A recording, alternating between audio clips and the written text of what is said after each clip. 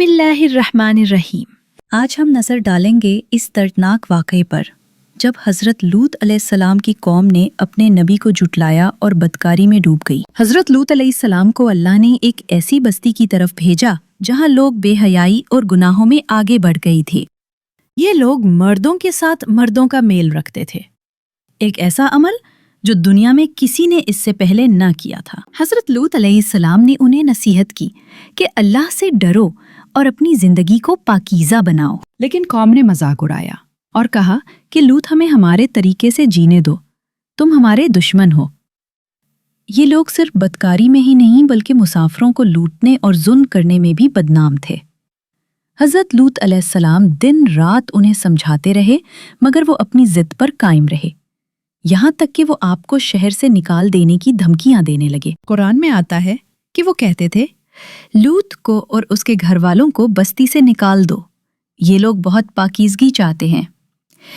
जब उनकी हठ धर्मी हद से बढ़ गई तो अल्लाह ने अपने नबी की मदद के लिए फरिश्ते भेजे। ये फरिश्ते खूबसूरत नौजवानों की सूरत में हज़रत लूत अलैहिस्सलाम के घर पहुंचे। जब बदकार कौम को पता चला तो वो दौड़ते हुए आपके घर आ गए। उन्होंने मुतालबा किया कि ये मेहमान हमारे हवाले कर दो। हज़रत लूत अलैहिस्सलाम ने कहा, ए मेरी कौम, अल्लाह से डरो, मुझे रुस्वा ना करो, ये मेरे मेहमान हैं। आपने उन्हें अपनी बेटियों की तरफ इशारा किया, यानी जायज़ और पाकीज़ा रिश्ता इख्तियार करो। मगर वो अपनी ख्वाहिशात में अंधे हो गए और किसी बात को ना माने। इसी वक्त फरिश्तों ने कहा, ए लूत, हम अल्लाह के फरिस्तादा हैं, ये लोग तुम तक नहीं पहुंच सकेंगे। उन्होंने हुक्म दिया कि अपने घर वालों को लेकर रात के अंधेरे में शहर छोड़ दो, मगर फरमाया गया कि तुम्हारी बीवी पीछे रह जाएगी क्योंकि वो काफिरों के साथ है। फिर सुबह के वक्त अल्लाह का अजाब आया। एक खौफनाक चीख ने जमीन व आसमान को हिला दिया। बस्ती को उलट दिया गया, ऊपर का हिस्सा नीचे और नीचे का हिस्सा ऊपर कर दिया गया। एक बस्ती जो कभी आबाद थी लम्हों में खिंडर बन गई।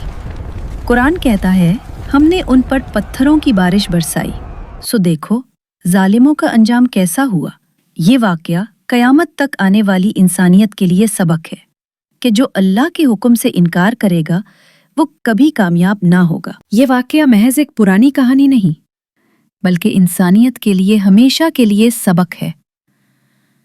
आज अगर हम अपनी कौम की तरफ देखें तो हमें भी बेशुमार फितनों का सामना है।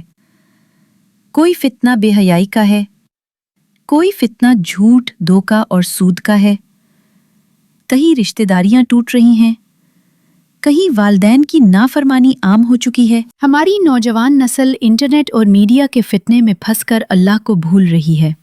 गाने, फहाशी और नाजायज ताल्लुकात आम होते जा रही हैं, बिल्कुल वैसे ही जैसे हज़रत लूत अलैहिस्सलाम की कौम अपनी ख्वाहिशात की गुलाम बन गई थी। आइए दुआ करें कि अल्लाह हमें अपनी नाफरमानियों से तौबा करने की तौफीक दे, हमारे दिलों को ईमान से मुनव्वर करे और हमें उन लोगों में शामिल करे जो पिछली कौमों के अंजाम से सबक हासिल करते हैं, न कि उनकी तरह गुमराही में डूबते हैं।